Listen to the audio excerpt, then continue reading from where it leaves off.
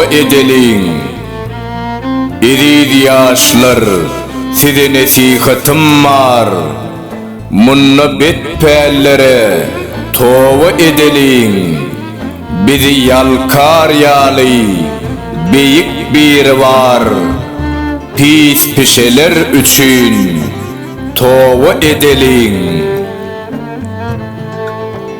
Gursağı pek saklap namaz okalın.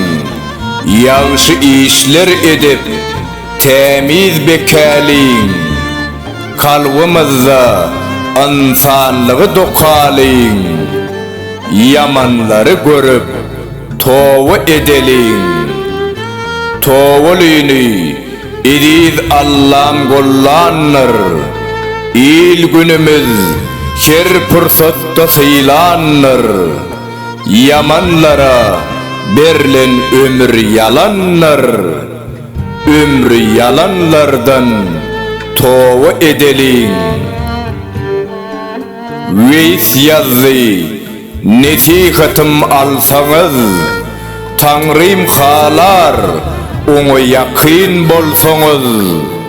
Tova belalardan korar bilseniz, şonun üçün yaşlar tova edelim. Tova edelim. Tova edelim.